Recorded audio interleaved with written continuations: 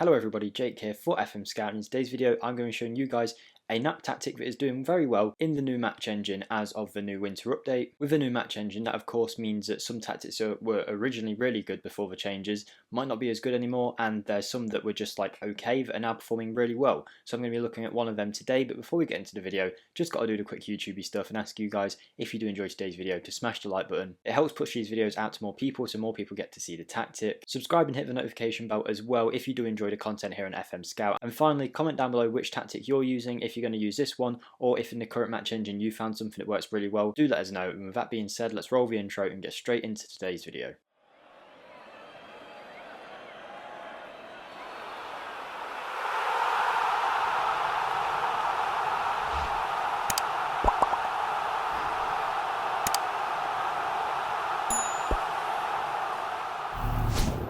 Hello everybody, so the tactic we're looking at today is Knap's look away 4-1-3-2 tactic. It's working very well at the minute. I'm going to go through all the details about how you can get the tactic set up, as well as looking at how well it did for a variety of teams. We're going to be looking at a top team in Manchester City, a sub-top team, so a team that we expect to come like Europa League places if they can get about there, in Arsenal. We're going to see how well it does with them, as well as looking at it with an underdog team in Fulham. I was looking through the list of Knap tactics to see like how well certain ones are done. This one seemed to stick out in the new match engine, of course, because it's a new match engine. Some of the other ones aren't functioning as well, but this one's kind of flew off a bit. So we're going to have a look at it today, have a look at how it all works. And the best way to do that is to start off with the roles of each player. So we're going to start off with the goalkeeper. He's a sweeper keeper on the defence duty. He is looking to take fewer risks and tackle harder. We've got two inverted wing backs who look to pass it shorter, shoot less often, close down more and tackle harder.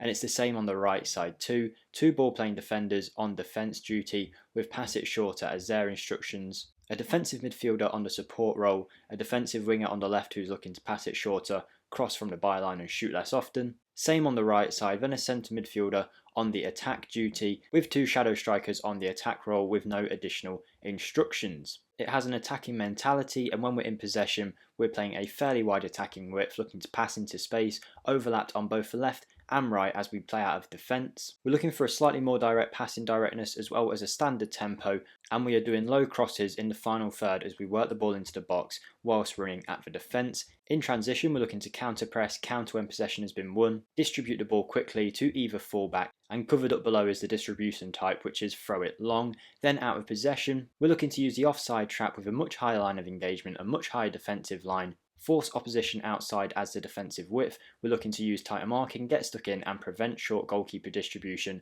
with extremely urgent pressing intensity. So I think that's everything we need to talk about there. The corner tactic on attack looks like this on the right, and we're looking for near post. It's covered up by my face again, but the guy taking the corner is doing near post balls in. Attacking from the left, it looks like this, and then usually there is a throw in one, so we'll quickly just check the throw in. That is it on the right, and that is it on the left. And the throw-in taker is set to go long. So we've gone into the tactic, how it works, and now we're going to have a look at how it performed across a season. Before we go and have a look at just how well our teams have done in this simulation, I'd just like to let you guys know that you can check out my own personal channel. The link to that will be in the description. We're doing a Football Manager save at the minute on there with Lil, which a lot of you guys are loving, and I'm appreciating all the support on it. So if you haven't checked it out yet, feel free to come along and check that out. But yeah, let's go and see how well we've done. So as I did mention, we tested this with Man City, Arsenal and Fulham. Arsenal were expected to come 5th in the league, Fulham were expected to come rock bottom, and Man City were expected to finish 1st. I'm going to be transparent with you guys. Let me just preface this by saying I did this 1 year simulation, so we're a year in the future here. One season's gone past. I did this 3 times,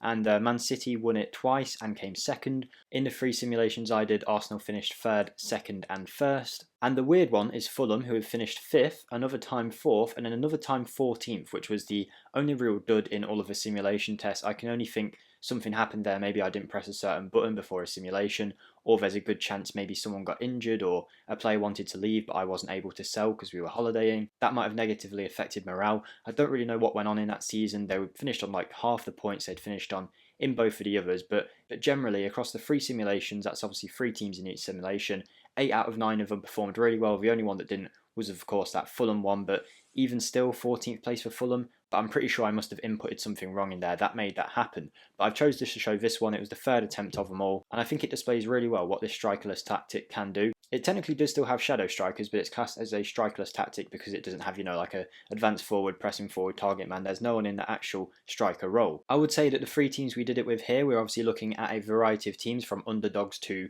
expected champions. They all did very well. I think especially for a team like Fulham, where they have quite a good midfield but maybe not as good of an attack, it worked quite well for. So I'm happy to see that they went and got Europa League football. We're going to have a look at like how the teams performed in the actual season in terms of like goals scored, goals conceded. I haven't seen that myself yet, as well as the top standout performers in the league. So let's go and quickly have a look at that and see how everyone got on. I just quickly hopped over to Manchester City to check the other competitions, and I can tell you that Manchester City did win the Champions League. They won the FA Cup, and the Carabao Cup was runners-up Arsenal, winners Manchester United, so that's the only competition that none of our teams won. Similarly, if we go and switch over to Arsenal and quickly check, we can see that Arsenal finished runners-up yet again in the Europa League, another lost final to Chelsea, much like the one in real life, and as a Chelsea fan, I think that's quite poetic, but obviously we would have liked to see Arsenal succeed in this simulation, but it's fine because I think overall the teams did really well. So let's hop over into the Premier League. Let's go for player overview first, I think. Let's have a look at that. We can see most goals was Kevin De Bruyne, top scorer in the league with 30 goals from midfield.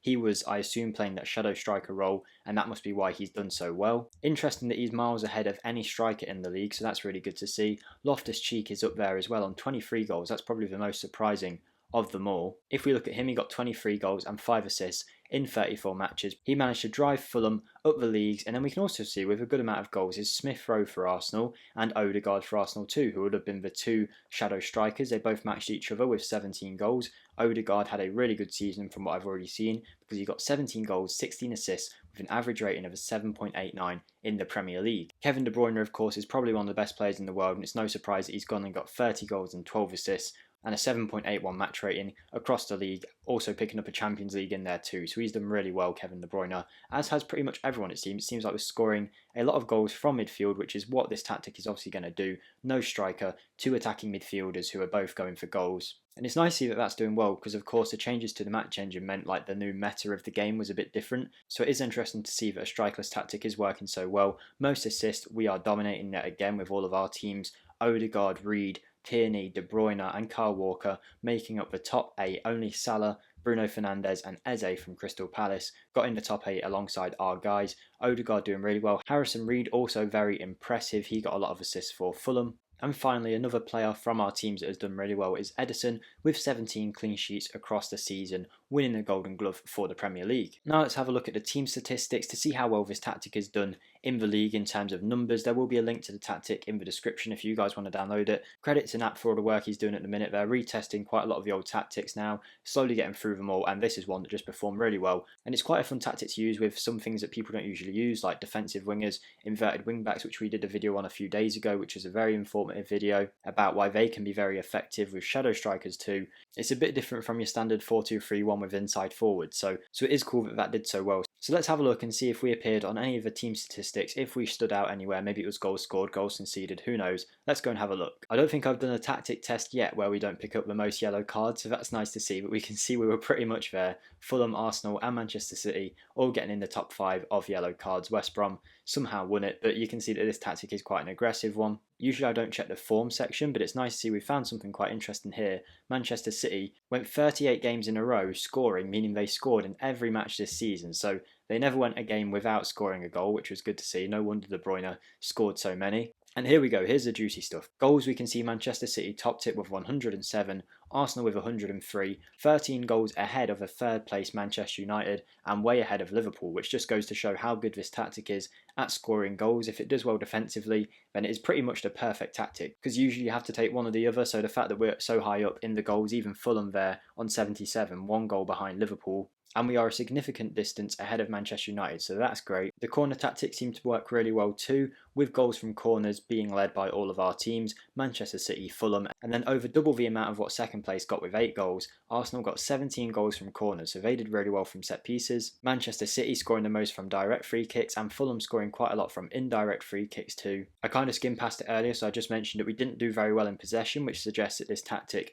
is quite happy to let the other teams have possession. I mean, 51% possession in a game is great, but Manchester City usually see them having like 60, 70, so it's really good to see that we don't need all of the ball to be effective here. Clear-cut chances created, we can see Man City and Arsenal topping it again. Fulham way ahead of Liverpool, only just behind Manchester United, which goes to suggest that if we had some better players in Fulham's team, this tactic will perform even better, as you would probably guess. So the fact that Fulham's pretty average team, I would say, has gone and created that many chances is awesome, but we can see the gap between Arsenal and Manchester United. So our two big teams against the other best team in the division is huge in terms of the amount of chances created. So if you guys are actually managing hands-on and like buying players for your squad to fit this tactic, you would do so well with this, I'm sure. And then defensively, of course Manchester City have a great team, but it's nice to see that we didn't concede too many. Arsenal with a pretty shoddy defence. Out of all of their like team, the defence is probably their weakest area, particularly centre-back. So the fact that they've conceded 54, only a few goals more than the likes of Chelsea and Tottenham, is good to see. Fulham don't seem to be anywhere nearby. They're in 13th, so nothing special there.